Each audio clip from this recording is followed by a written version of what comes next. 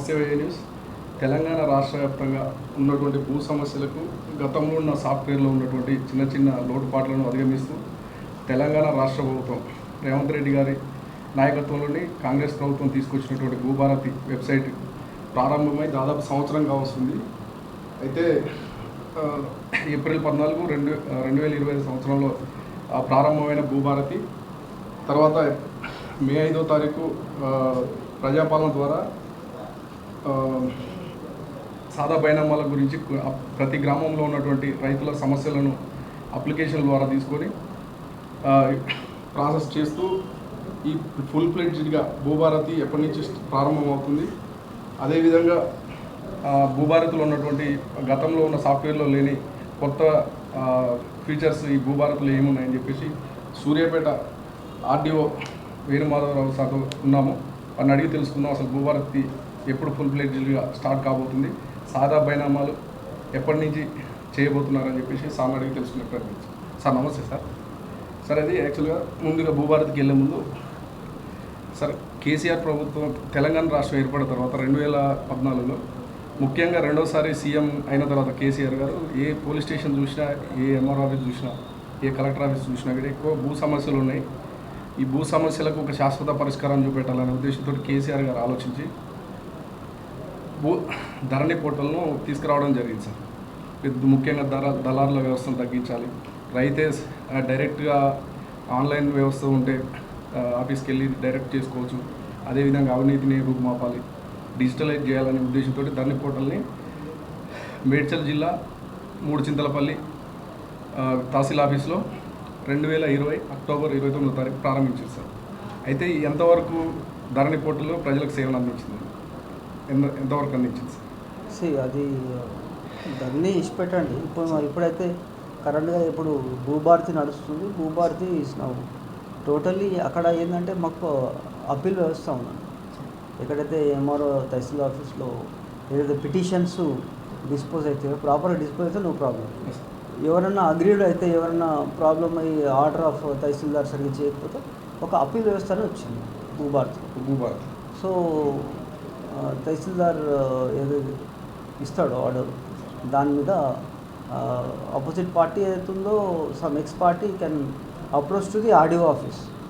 So appeal ఉంటుంది. RDO ఆఫీస్లో కూడా పరిష్కరించి చేయగలుగుతుంది. ఏదైతే ఉందో తప్పులు, ఏదైతే ఉన్నా కూడా తప్పులు దాన్ని డిస్పోజ్ చేయడం, కరెక్ట్గా చేయడం. ఒకవేళ ఆర్డీఓ ఆఫీస్లో కూడా అగ్రీవ్డ్ అయితే they can go to the court, మన కలెక్టర్ గారి దగ్గర కూడా వెళ్ళొచ్చు.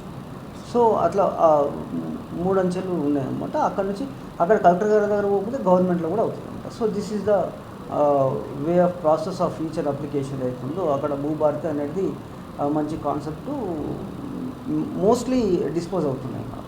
ఇది సార్ అయితే ధరణి పోర్టల్లో కూడా కొన్ని సమస్యలు ఉన్నాయని చెప్పి అక్కడ ప్రభుత్వం TM33 అని కొన్ని మాడ్యూల్స్ తీసుకొచ్చింది సార్. నేను కమెంట్ చేయను అవన్నీ, because I don't want to go for the sir అంటే ఏమంటారు దాన్ని difference between Dharani and Bhubharati అని చెప్పండి, భూభారతి మాట్లాడతాం సార్. అయితే భూభారతిలో కూడా అంటే ఇప్పుడు ముఖ్యంగా అందులో 22A ఉన్నాయి కదా సార్, ప్రొహిబిటెడ్ ల్యాండ్స్లో ఒరిజినల్ పట్టాలు కూడా అందులో అయినాయి. ఈ భూభారతి ద్వారా ఆ సమస్య చేస్తున్నాం కదా మేము. ప్రొహిబిటరీ కూడా ఉంటాయి కొన్ని, అవి కూడా మేము టేకప్ చేస్తున్నాం. అంటే ప్రజాపాలన తీసుకున్న దరఖాస్తుల మీద ఇంకా ఎన్ని రోజులు ఉంటుంది సార్ ఇంకా ఫుల్ ప్లేజ్గా? ఇది డైనమిక్ ఇన్ నేచర్, వస్తూనే ఉంటాయి. ఒక సర్వే నెంబర్ ఉంటుంది, ఆ సర్వే నెంబర్లో 10 ఎకరాలు ఉంటుంది, 1 ఎకరం ప్రాబ్లం ఉంటుంది, కానీ మొత్తం 10 ఎకరాలు కూడా ప్రొహిబిటరీ పెట్టారు. సో ఈచ్ అండ్ ఎవ్రీ విలేజ్లో కొన్ని ఉంటాయి. ఆ మండలం నుంచి అప్లికేషన్స్ వస్తాయి, అవి డిస్పోజ్ చేస్తాయి. ఇప్పుడు ఈ ఏప్రిల్ 14th నుంచి అంటే అఫీషియల్గా ఈ భూభారతి స్టార్ట్ అయిన కానీ 2020 నుంచి ఇప్పటివరకు మన జిల్లా వ్యాప్తంగా ఎన్ని వస్తారు అంటే జిల్లా గురించి నేను మాట్లాడాను. నా డివిజన్లో కూడా mostly numerous of applications disposed, అట్లేం లేదు, అది మంచిగా నడుస్తుంది. సో ముందు మాకు ఒక 400 అప్లికేషన్స్ పెండింగ్ ఉంటున్నాయి నా లాగిన్లో. Now you can see nearly 100 ఉంటుంది, 100, 190. అంటే డైనమిక్ ఇన్ నేచర్ అది. పీడీసీలు ఏవైతే ఉంటాయో అవన్నీ వస్తూ ఉంటాయి.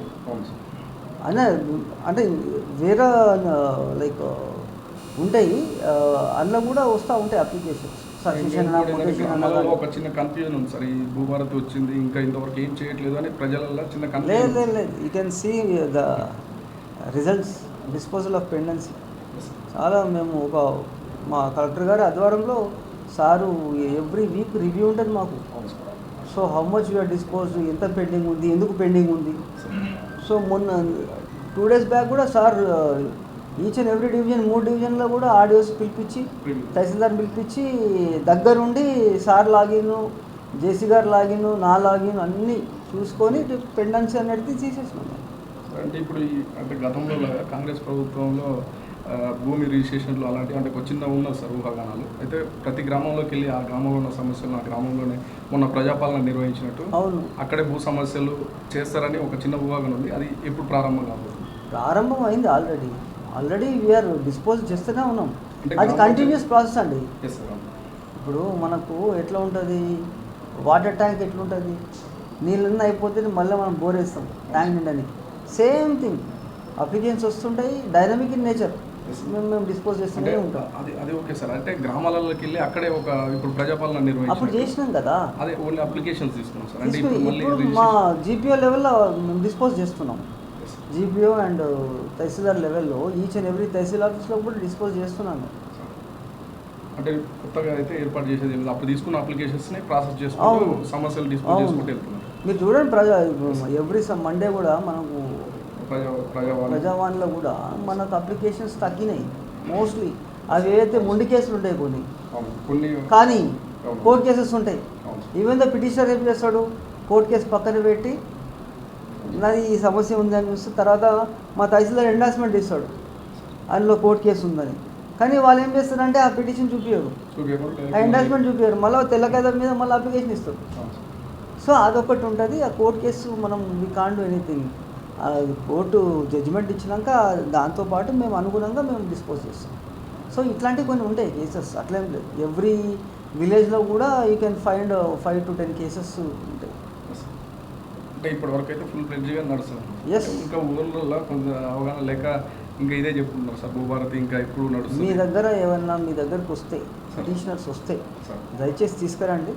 అప్పటిదప్పుడే ఏముందో చూసి పనన చేస్తాం, తోవన చూపిస్తాం. Thank you sir. చూశారు కదా, భూభారతి ఫుల్ ఫ్లెడ్జ్డ్గా నడుస్తుంది. గతంలో ఏర్పాటు చేసినటువంటి ప్రజాపాలన ద్వారా రైతులకు ఉన్నటువంటి సమస్యలను ఆ ప్రజాపాలనలో దరఖాస్తుల ద్వారా స్వీకరించి వాటిని క్షేత్రస్థాయిలో పరిశీలన చేసి ప్రతి వారం ప్రతి రోజు వాటిపైన డిస్పోజ్ చేసుకుంటూ సమస్య లేకుండా తీరుస్తున్నామని చెప్పేసి సూర్యాపేట ఆర్డీఓ గారు తెలియజేయడం జరిగింది. మీకు ఏమైనా సమస్యలు ఉంటే డైరెక్ట్ ఎంఆర్ ఆఫీస్ కానీ లేకపోతే కలెక్టర్ ఆఫీస్ కానీ లేకపోతే ఆర్డీఓ సార్ దగ్గరికి వచ్చి కలవమని చెప్పి సార్ చెప్పడం జరుగుతుంది. Thank you sir.